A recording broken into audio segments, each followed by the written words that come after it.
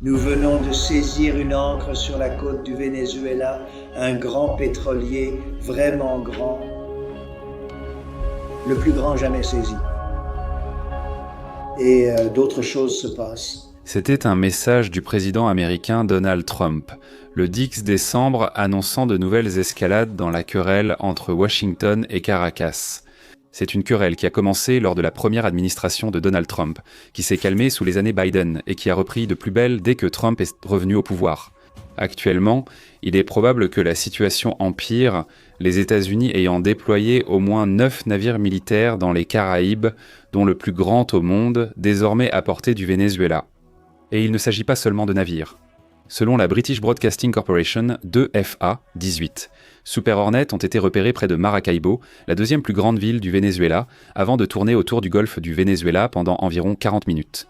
Un autre chasseur et un EA-18G Growler sont aussi apparus avant les boucles des FA-18 au nord de la côte vénézuélienne. Aucun des 3 appareils n'a indiqué d'origine ou de destination sur FlyRadar 24 et ils n'ont activé leur transpondeur que lorsqu'ils se sont approchés de la côte vénézuélienne. Un responsable américain a indiqué à l'Associated Press que les FA-18 réalisaient 3 des vols d'entraînement de routine. Cela n'apaisera sans doute pas le président Nicolás Maduro, qui accuse les États-Unis de vouloir déstabiliser et renverser le Venezuela. Justin Crump, directeur du cabinet Sibylline, a déclaré à la British Broadcasting Corporation que les avions de chasse visaient à accentuer la pression sur Maduro. Face à la menace militaire, demandons-nous comment en est-on arrivé là ? Comment le Venezuela est-il passé de nation la plus riche d'Amérique latine à un pays proche d'une intervention américaine ? Et surtout, où allons-nous à partir d'ici ? Avant de continuer la vidéo, un mot sur notre sponsor AG1. Écoutez, les vacances sont un vrai champ de bataille pour votre santé, n'est-ce pas ? Vous ne dormez pas très bien, vous mangez beaucoup, vous voyagez beaucoup, il n'y a tout simplement pas vraiment de temps pour récupérer. Et puis janvier arrive. Mais si vous préférez que janvier ne ressemble pas à une période où vous avez détruit votre corps pendant Noël, AG1 est là pour vous aider. Boisson santé quotidienne réunissant multivitamines, prébiotiques, probiotiques, superaliments et antioxydants en une dose. Vous le prenez dans le sachet que j'ai ici ou dans la boîte. Si vous êtes soigneux et ordonné, mettez une dose dans l'eau, secouez et c'est prêt. Je la bois dès le matin. C'est en fait mon 2e de la journée. Ça a bon goût, ça a l'air un peu bizarre, c'est très vert, non ? Mais le goût est vraiment bon. Alors écoute, avec toutes les visites de famille, les repas sautés, les gros repas, tout ce qui se passe pendant cette période de fête pour toi, AG1 t'aidera à combler tes carences nutritionnelles. Ça aide la digestion, renforce l'immunité et donne une impression de contrôle, même quand tout s'effondre. Actuellement, offre spéciale, fête limitée, abonne-toi sur drinkag1.com/warfrance pour recevoir le kit de bienvenue AG1. Une bouteille de vitamine D 3 plus K2, leur nouveau complément sommeil AGZ toutes les saveurs, AG1 à tester et la casquette Morning Person pour 126 € de cadeau. Pour commencer, clique sur drinkag1.com/warfrance et profite de l'offre tant qu'elle est disponible. Et maintenant, retour à l'épisode d'aujourd'hui, le dictateur. Le mardi 5 mars 2013, Hugo Chavez est décédé dans un hôpital militaire de Caracas après une longue lutte contre le cancer. Le leader socialiste charismatique qui avait dirigé le Venezuela 14 ans était parti. L'homme qui faisait l'annonce était Nicolás Maduro, ex-chauffeur de bus et leader syndical que Chavez avait désigné comme successeur quelques mois auparavant. À l'époque, Nicolás Maduro était peu populaire, contrairement à Chavez, qui avait gravi les échelons dans l'armée. Avant la politique, Nicolás Maduro a bâti sa carrière sur le syndicalisme et sa fidélité au parti. Un décrocheur du lycée dont ses camarades se souviennent comme d'une figure imposante. Il était un partisan de Hugo Chavez bien avant d'entrer en politique. Mais il est bel et bien entré en politique, servant comme ministre des Affaires étrangères de Chavez, puis finalement comme son vice-président. Cependant, malgré ce curriculum vitae apparemment impressionnant, l'homme lui-même l'était moins, manquant du profil public, des références révolutionnaires et du magnétisme personnel de son prédécesseur. Il n'était pas vraiment un candidat rêvé quand il a été présenté comme l'héritier de Chavez. Nori Hidriago de Caracas, femme au foyer, a confié à la British Broadcasting Corporation qu'il n'avait jamais entendu parler de lui auparavant. Cela ne veut pas dire que Maduro n'avait pas ses partisans. Bien qu'il ait pu être un inconnu pour le public vénézuélien, les responsables gouvernementaux le connaissaient bien, a déclaré Vladimir Viegas, un ancien collègue de Maduro au ministère des Affaires étrangères, au Guardian. Nous allons le citer ici. Nicolas est l'une des figures les plus fortes et les mieux formées du Parti socialiste unifié du Venezuela, le Parti socialiste du Venezuela. Dirigeant syndical, il avait d'excellentes capacités de négociation et un solide soutien populaire. De plus, son passage dans la diplomatie l'a affiné et lui a donné de la visibilité. Fin de citation. Ses capacités allaient être mises à l'épreuve environ un mois après la mort de Chavez, lorsque les Vénézuéliens se sont rendus aux urnes pour remplacer le dirigeant disparu par le tout nouveau Maduro.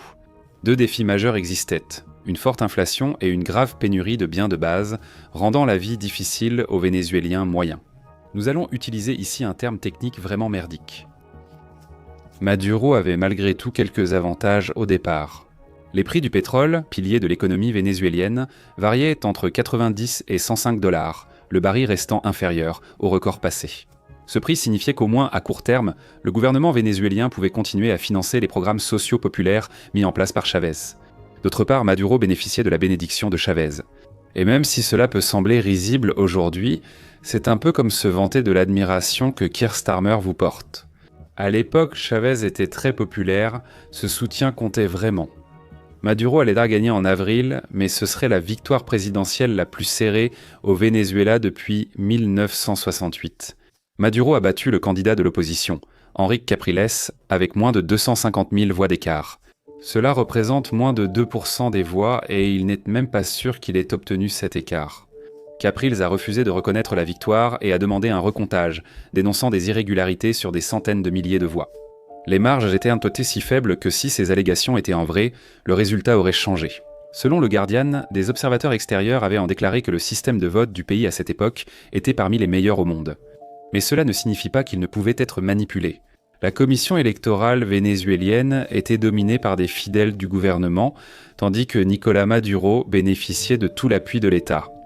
Le Conseil national électoral avait affirmé l'irréversibilité des résultats, puis a accepté d'auditer aléatoirement 54% des bulletins. Enrique Capriles a affirmé que les votes lui ayant coûté l'élection faisaient partie des 46% non audités. Il a demandé un audit complet des bulletins restants et des registres avec empreintes et signatures, a-t-il dit à la presse. Nous allons le citer ici. Pour nous, c'est une plaisanterie. Sans accès au registre, nous ne participerons pas. Maduro est président du Venezuela depuis 2013, et cette vidéo est sans doute votre première mention de Capriles. Eh bien, vous pouvez imaginer comment les audits se sont déroulés. Il faut noter que Maduro a pu gagner équitablement, malgré les manipulations flagrantes de vote lors des scrutins suivants. Pourtant, d'après l'historienne vénézuélienne Margarita López Meyer dans El Ocasio del Chavismo, sa réaction aux manifestations de l'opposition ne le laisse pas deviner. Maduro a justifié l'utilisation de tactiques de plus en plus répressives pour réprimer les manifestations en affirmant que le gouvernement tentait d'empêcher une tentative de coup d'État. Au final, 10 personnes allaient être tuées. Des élections contestées, l'opposition dans la rue, une répression violente et la persécution des dissidents allaient redevenir la marque de fabrique du règne de Maduro, tout comme la crise qui a suivi son élection. Parce que Maduro venait tout juste d'hériter d'un pays au bord de l'une des pires crises sociales et économiques de l'histoire moderne, l'héritage de Chavez. D'accord, donc pour comprendre la crise dont Maduro a hérité, nous devons brièvement revenir sur Hugo Chavez et la bombe à retardement économique qu'il a laissée derrière lui. Hugo Chavez devient président du Venezuela en 1999, après un coup d'État raté en 1992. Un socialiste déclaré qui s'inspirait du dictateur chinois Mao Zedong et du révolutionnaire argentin Che Guevara. Il s'est présenté comme un pragmatique, prêt à collaborer avec tous. Au début de son mandat, il a attiré les investissements étrangers et sonné la cloche de clôture à la bourse de New York. C'était nécessaire car en 1998, les prix mondiaux du pétrole avaient chuté après la crise financière asiatique. Ce qui signifiait que l'économie vénézuélienne était, pour le dire franchement, complètement dans les toilettes. Mi-1999, la hausse des prix du pétrole a permis au Venezuela de financer ses objectifs économiques. Chavez pouvait ainsi délaisser tout pragmatisme économique et lancer sérieusement sa révolution socialiste bolivarienne. La dépendance au pétrole pour financer l'économie vénézuélienne a marqué les présidences de Hugo Chavez et Maduro, selon le Dr Stephen Randall, professeur émérite à l'université de Calgary. Au cours de ses années au pouvoir, le pays a augmenté sa dépendance aux exportations de pétrole, passant de 80% à 95% lorsqu'il est entré en fonction. Fin de citation. Tout étudiant en première année d'économie vous dira qu'avoir 80%, voire 95% de vos revenus d'exportation. Dépendre d'une seule matière première est une recette pour le désastre, surtout lorsque le prix de cette matière première fluctue énormément en fonction de facteurs qui sont totalement hors de votre contrôle. Nous devons toutefois admettre qu'avant que la MER ne frappe El Ventilator, la situation au Venezuela était plutôt bonne pour la plupart des pauvres.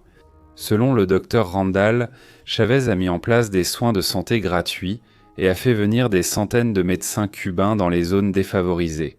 En 2005, le Venezuela avait pratiquement éliminé l'analphabétisme. La Banque mondiale a indiqué que la pauvreté a baissé de 30% entre 1999 et 2005, l'extrême pauvreté passant de 32% à 19%. Selon Michel Schifter, chercheur principal au dialogue interaméricain, bien que ces avancées aient été importantes pour le Vénézuélien moyen, elles n'étaient pas durables car elles manquaient du soutien institutionnel nécessaire pour devenir permanentes. Le programme Bolivar 2000, par exemple, a été annulé après 2 ans, en raison d'allégations de corruption et de ce manque d'institutions appropriées. Ce n'était pas le seul échec. Les projets sociaux lancés par Hugo Chavez étaient coûteux, mais le gouvernement les finançait aisément quand les revenus pétroliers étaient élevés. Mais vous vous souvenez de cette gigantesque montagne de problèmes qui s'apprêtait à exploser ? Eh bien, la plupart d'entre vous la connaissent sous le nom de crise financière mondiale, et elle allait dévaster le Venezuela. Avant la crise financière, le pétrole vénézuélien se vendait à 123 $ le baril, puis il est tombé à 32,98. Cela s'est produit en décembre 2008. On pourrait penser qu'un président prudent réduirait les dépenses et essaierait de traverser le pire de la crise financière. Cependant, Chavez a répondu à la baisse des revenus en introduisant des contrôles de change et en nationalisant des entreprises étrangères. Et vous pouvez imaginer que ce n'était pas une stratégie particulièrement réussie. Le Dr Randall indique qu'en 2012, les investissements étrangers au Venezuela étaient 2 fois moins élevés qu'au début de la présidence de Chavez. L'inflation a atteint 26 en 2011 et les contrôles des prix ont entraîné des pénuries alimentaires et d'autres produits. Les pénuries étaient donc si graves que Chavez a déclaré une guerre économique.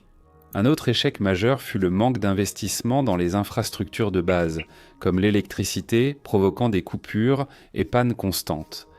Pourtant, malgré toutes les preuves d'échec, il restait encore suffisamment de bonne volonté résiduelle des années fastes pour qu'une faible majorité reste engagée. La révolution bolivarienne. Pour ces irréductibles, l'espoir était que ce nouveau président, cet ancien conducteur de bus, serait celui qui inverserait le déclin du Venezuela. Eh bien, petit spoiler pour les années 2010, mais ça n'allait pas arriver. Non seulement Maduro n'a pas réussi à stopper la chute, mais il a rapidement plongé son pays dans l'une des plus grandes catastrophes de la décennie. Avant d'évoquer cette catastrophe, un mot sur ce qui n'est qu'un désastre. Si vous détestez les articles bien écrits, les vidéos exclusives et les contenus bonus en avant-première, oui, bien sûr. Voici Front. Stockholm, notre réponse à « Que serait le monde si Simon travaillait chaque jour ?» Merci beaucoup.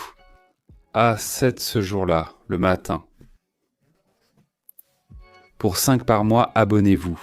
Qu'est-ce que je fais de ma vie ? Pour 5 par mois, les abonnés profitent d'un accès anticipé à ce type de contenu, de 2 vidéos exclusives et 2 articles d'experts chaque semaine. Et ça, c'est juste l'offre actuelle. À partir de l'année prochaine, nous allons nous développer dans les podcasts et les documentaires longs exclusifs. Et je veux dire, qui sait ce que je prépare d'autre pour créer ce 8e jour, cette 25e heure, ce 366e jour. À l'aide, s'il vous plaît. En gros, si vous aimez cette vidéo, vous allez encore apprécier Fronce. C'est la société Fronstock, voyez là-haut. C'est 5 par mois et maintenant, on y retourne. C'est 50 par mois, mais si vous payez l'année, environ 4 par mois, c'est une excellente affaire. Et maintenant, retour à la crise des multiples crises du Venezuela. D'accord, on continue de parler du prix du baril de pétrole, parce que, et on ne le répétera jamais assez, le pétrole était la seule chose qui soutenait l'économie vénézuélienne. Ce phénomène, appelé maladie hollandaise, désigne un pays qui dépend tellement d'une seule ressource à l'export qu'il néglige les autres secteurs. Au Venezuela, quand le pétrole était cher, personne ne remarquait que le pays ne produisait plus rien d'autre. Pourquoi investir dans l'agriculture ou l'industrie si pomper du pétrole brut et importer tout suffisait ? C'est comme gagner une somme correcte à la loterie, mais pas énorme, et choisir quand même d'arrêter de travailler. Je veux dire, c'est fantastique jusqu'à ce que l'argent s'épuise, et pour le Venezuela, les huissiers étaient entêtés sur le point de frapper à la porte. 2014 a été une année désastreuse pour les prix du pétrole. Le baril est passé de 108 $ en janvier à 57 $ en décembre. C'est une baisse de près de 50% en 12 mois selon l'administration américaine de l'information sur l'énergie. Cette chute brutale s'explique par la baisse de la demande mondiale et la hausse de l'offre des États-Unis et de l'Organisation des pays exportateurs de pétrole qui ont maintenu leur production. Que se passe-t-il après une deuxième chute des prix mondiaux du pétrole en moins de 10 ans dans une économie très dépendante du pétrole ? D'abord, la Banque centrale arrête de publier des données économiques comme la croissance, l'inflation et les dépenses publiques, puis le pays tombe soudainement en récession. Selon CNBC, en décembre 2014, la Banque centrale du Venezuela a publié des chiffres catastrophiques. L'économie avait reculé de 48%, 49% et 23% lors des 3 premiers trimestres chaque trimestre. L'inflation sur 12 mois avait atteint 636% en novembre, le taux le plus élevé des Amériques. Mais pensez-y, souvenez-vous comme vous étiez en colère après la période post-pandémique. En 2022, l'inflation a atteint 9,1% aux États-Unis et 11,1% au Royaume-Uni. Maintenant, imaginez une inflation de plus de 60%. Dites juste adieu à votre argent. Pour être juste, Maduro a tenté de s'en occuper. Il a dévoilé un ensemble de mesures qu'il a assurées aux électeurs pour remettre l'économie sur pied en 2015. À l'époque, cela paraissait difficile. 10 ans plus tard, nous savons que c'était vrai. La situation allait empirer. En 2016, l'économie avait encore diminué de 18,6%, un niveau associé aux grandes dépressions économiques. En 2018, l'inflation annuelle aurait dépassé 1 million de %, une situation que les économistes appellent l'hyperinflation. Maintenant, quand on dit que l'inflation a atteint 1 million de % en 2018, il est presque impossible de comprendre ce que cela signifie réellement. Pour mettre cela en perspective, imaginez que vous faites vos courses mensuelles le 1er septembre et que cela coûte ce à quoi vous vous attendez. Mais le mois suivant, vos achats alimentaires coûtent 2 fois plus. Et il aura de nouveau doublé le mois suivant, et encore le mois d'après, peut-être même plus que doublé cette fois-là. C'était la vie des Vénézuéliens lors du pic de l'inflation, avec des prix doublant chaque mois ou toutes les 3 semaines. Il était difficile d'économiser ou de se payer des besoins essentiels comme la nourriture ou les médicaments. Car lorsque les gens touchaient 30 leur salaire, l'argent avait déjà perdu de la valeur. La situation était si grave que, selon l'Observatoire de l'économie, un projet visant à rendre les données économiques plus accessibles. Le niveau de vie du pays a chuté de 74% entre 2013 et 2023, soit la 5e plus forte baisse de l'histoire économique moderne. Comparable à l'effondrement du niveau de vie au Liban pendant la guerre civile, alors comment le gouvernement de Maduro a-t-il réagi à cette crise qui s'aggravait ? Eh bien, selon l'Observatoire, il a ignoré les appels à mettre fin à ces politiques ratées, choisissant plutôt de persister. Le gouvernement a poursuivi l'attribution de dollars à taux subventionnés à ses alliés, alors que le pays manquait presque totalement de devises et ne pouvait plus se permettre ce système inefficace. La première victime de ce système inefficace fut la capacité du Venezuela à importer des biens essentiels comme la nourriture. Comme dit précédemment, le Venezuela dépendait fortement des importations pour tout, sauf le pétrole. En 2012, Caracas importait pour 88 milliards de biens, mais en 2017, ce montant est tombé à 10 milliards, faute de moyens financiers. Selon la Commission des droits de l'homme, 64% des Vénézuéliens ont perdu environ 11 kilos entre 2016 et 2017, faute de nourriture, un phénomène visible dans les rues. Entre 2016 et 2018, la sous-alimentation a plus que doublé, passant de 5% à 11,5% de la population. La malnutrition des enfants de moins de 5 ans atteint un niveau critique. Encore une fois, nous devons souligner qu'il s'agit d'un effondrement du niveau de vie, généralement associé à l'éclatement d'une guerre civile. À l'exception du Zimbabwe, aucune autre nation ce siècle n'a implosé de façon aussi spectaculaire à cause d'une simple mauvaise gestion économique. À la fin de la décennie, le revenu par habitant au Venezuela avait chuté de 61%. C'est une contraction bien plus importante que celle qu'a subie l'Amérique pendant la Grande Dépression. Mais ce n'était pas seulement l'économie qui était en pleine débâcle à cette époque, c'était toute la société, des gangsters dans les rues, aux gangsters qui arpentaient les couloirs du pouvoir. Une crise politique. Alors que toute cette misère s'accumulait, le pays sombrait de plus en plus dans une crise politique. Nous avons déjà évoqué les élections contestées de 2013, mais nous ne vous avons pas dit que. Selon l'historienne Margarita Lopez, la victoire extrêmement serrée de Maduro sur Cabrias a été perçue comme une menace existentielle parmi les partisans du mouvement chaviste. Avant d'être désigné par Chavez comme successeur, Maduro était peu populaire et on craignait que la révolution bolivarienne ne s'effondre sans Chavez. Maduro, quoi qu'il en soit, était un véritable partisan de la vision de Chavez pour le Venezuela et il était prêt à faire tout ce qu'il fallait pour que cette vision survive. Si la seule façon d'y parvenir était de tuer la démocratie, alors soit. D'abord, en novembre 2013, l'Assemblée nationale a donné à Maduro de larges pouvoirs pour gouverner par décret 1 an. Concrètement, cela permettait à Maduro de légiférer sans passer par le Parlement. Antonio Silva Anguran, professeur de droit administratif, a analysé les décrets émis par le président durant cette période et a constaté que, bien que la plupart d'entre eux visaient l'économie, certains ont été institutionnalisés. La mainmise de l'exécutif sur des institutions étatiques comme la Banque centrale et les forces armées en revendiquant leur autorité. Par décret, Maduro a supprimé leur indépendance et centralisé le pouvoir. Les institutions qui auraient dû offrir un semblant d'équilibre des pouvoirs sont devenues dorénavant des outils de contrôle présidentiel, et ce n'était que le début. En mars 2015, 3 mois après la fin de ses premiers pouvoirs spéciaux, Maduro a de nouveau sollicité de gouverner par décret auprès du Parlement vénézuélien. À ce stade, ce n'était qu'une chambre d'enregistrement pour les caprices de Maduro. Le Parlement lui a accordé ses pouvoirs, qu'il a utilisés comme la première fois. Une intervention économique ciblée qui a aggravé la crise et a permis de consolider le pouvoir des institutions d'État autour de lui. Il est important de noter ici que 2015 était une année d'élection parlementaire, au cours de laquelle la crise économique et politique était devenue un cri de ralliement pour l'opposition. Lorsque le vote a eu lieu en décembre, l'opposition a pris le contrôle du Parlement pour la première fois depuis 1999, remportant une supermajorité de 112 sièges. Le parti de Maduro n'a gagné que 55 sièges. Vous pourriez croire que la crise politique est donc terminée, non? Mais non, bien sûr, ce n'était pas avant que le nouveau Parlement puisse siéger. Le parti de Maduro a rempli la Cour suprême de fidèles, qui ont à plusieurs reprises approuvé les prolongations de ses pouvoirs par décret. Et ce n'était pas tout lorsque l'opposition a lancé une campagne de révocation contre Maduro par référendum. Cela a entraîné une série d'événements menant, en mars 2017, à l'annonce par la Cour du retrait des pouvoirs de l'Assemblée nationale pour outrage.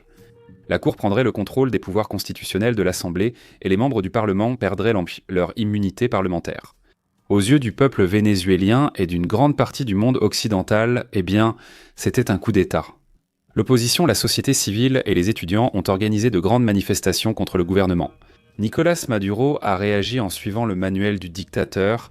Il a mobilisé des contre-manifestants et violemment réprimé les manifestants avec les forces de l'État. Bien que la décision du tribunal ait été annulée, cela ne suffisait pas pour l'opposition. Le fait même que la décision ait été prise au départ prouvait que Nicolás Maduro avait trop de pouvoir. Il avait pris le contrôle de toutes les institutions et tout le pays devait être réformé.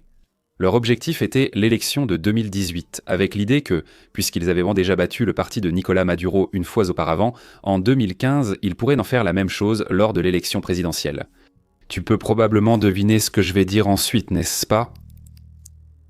Élection contestée le 11 décembre 2017. Nicolás Maduro a annoncé que les principaux partis d'opposition seraient exclus de la présidentielle 2018.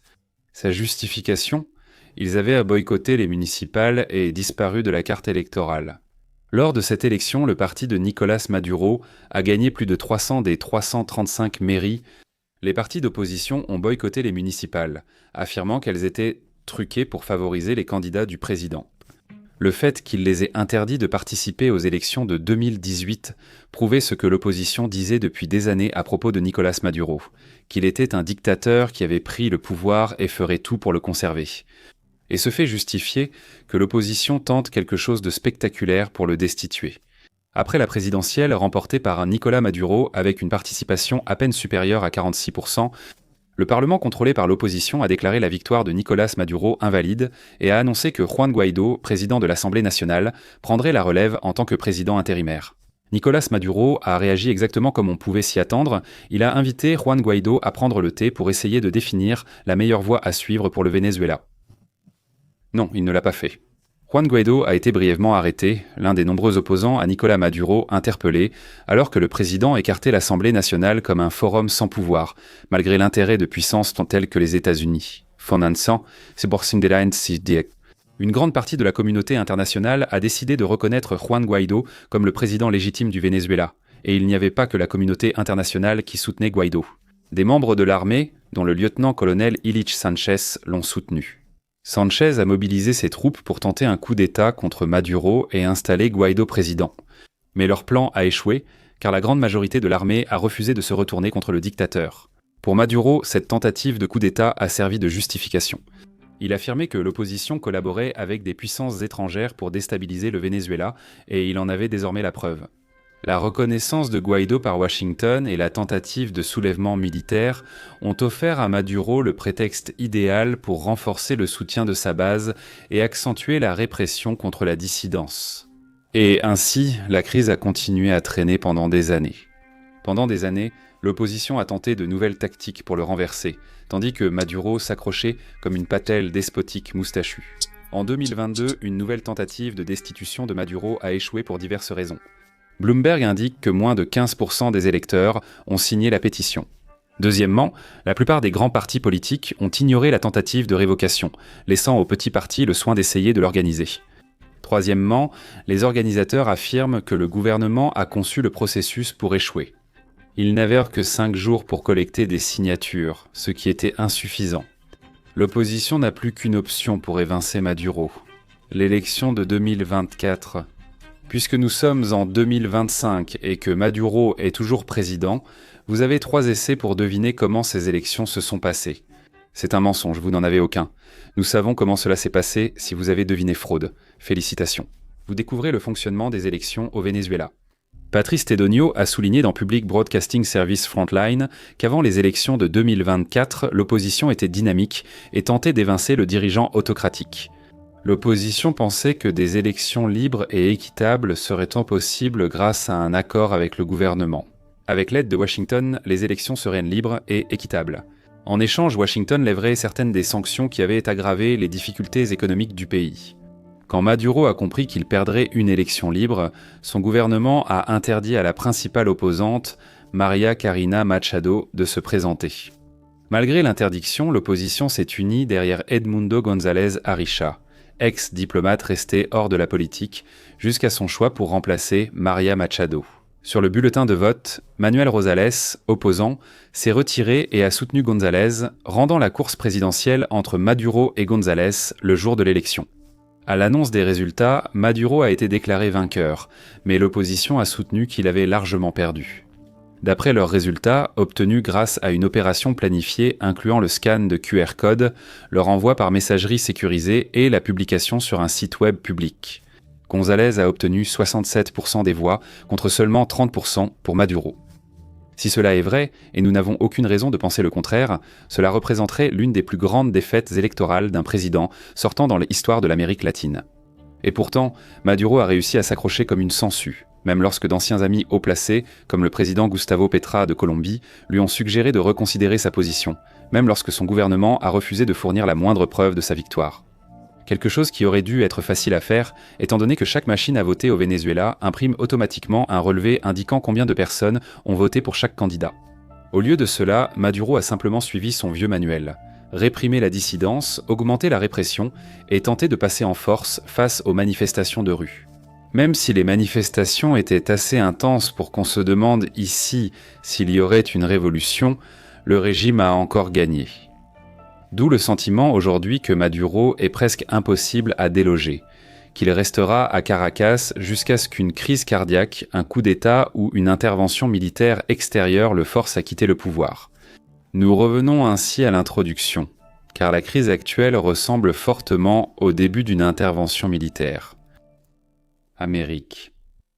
Maintenant, avant de continuer, nous devons d'abord préciser 2 points. Tout au long de cette vidéo, nous n'avons mentionné les États-Unis que quelques fois, et ce, pour une bonne raison. Et c'est parce que, bien qu'il soit de notoriété publique que les sanctions américaines ont paralysé l'économie vénézuélienne, un point de vue que nous partageons, nous pensons que le Venezuela était déjà sur la voie de ruiner sa propre économie, avant que Washington n'impose les premières sanctions. Les politiques économiques de Chavez, poursuivies par Maduro, ont ruiné le pays. La dépendance excessive au pétrole alors que les prix s'effondraient et le refus d'abandonner une politique manifestement inefficace ont condamné le Venezuela. Peu importe ce que Washington a fait ou n'a pas fait, les sanctions ont empiré la situation absolument, mais elles n'ont pas créé la crise. Deuxièmement, la crise a poussé des millions de Vénézuéliens à fuir, beaucoup arrivant aux États-Unis. Pour reprendre le mème de la Casa de Papel, c'est là que le président Trump intervient. Élu en 2016, le président Trump a eu deux priorités politiques principales. Premièrement, réduire le flux de drogue entrant aux États-Unis et, deuxièmement, réduire le nombre de migrants que le pays accueille. Trump a déclaré à la presse qu'il tenait Maduro responsable des deux crises et pensait que sa destitution aiderait à les résoudre. Nous allons le citer. « Nous devons simplement nous occuper du Venezuela. Ils ont envoyé des centaines de milliers de personnes dans notre pays depuis les prisons. » Fin de citation. Ces opinions rejoignent celles du secrétaire d'État Marco Rubio, opposant de longue date au Venezuela, qui a toujours plaidé pour le départ de Maduro. Selon Politico, Rubio est un des principaux architectes de la stratégie américaine au Venezuela, y compris le renforcement militaire que nous avons vu dans notre introduction. Alors que l'objectif déclaré de ce déploiement est de lutter contre les cartels de la drogue, il est devenu de plus en plus évident que l'administration Trump souhaite un changement de régime au Venezuela. Cependant, si Trump engage une intervention militaire au Venezuela, il pourrait aggraver la crise. Selon une étude du Niskanen Center, groupe de réflexion à Washington, des frappes militaires américaines contre le Venezuela pourraient pousser 1,7 à 3 millions de personnes à fuir leur domicile. Nous ne disons pas cela pour défendre Maduro ni suggérer qu'il doit rester au pouvoir plus longtemps. Le peuple vénézuélien a prouvé à maintes reprises qu'il est prêt pour un autre leadership. Nous disons simplement que l'intervention militaire produit rarement les résultats escomptés.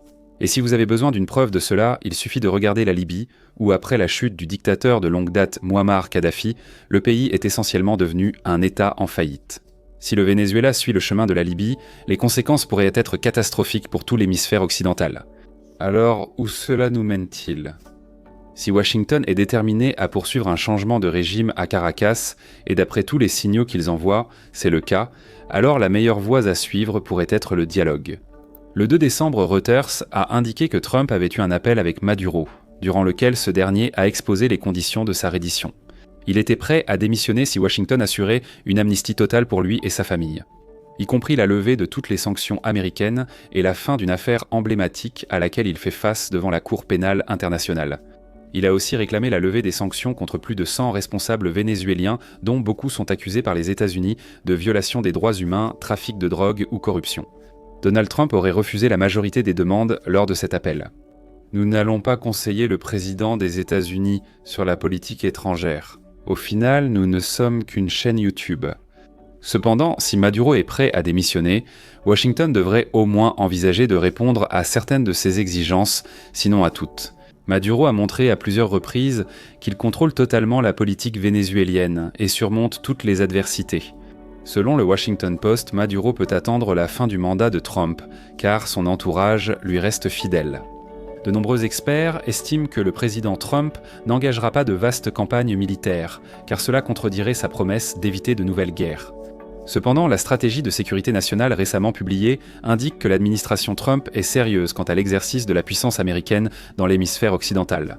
Et pour Maduro, cela signifie que ce n'est qu'une question de temps avant que Washington ne tente quelque chose. Nous espérons pour le bien du peuple vénézuélien que quoi qu'il arrive ensuite, cela n'ajoutera pas plus de souffrance à un pays qui a déjà tant enduré. Merci de nous avoir regardés.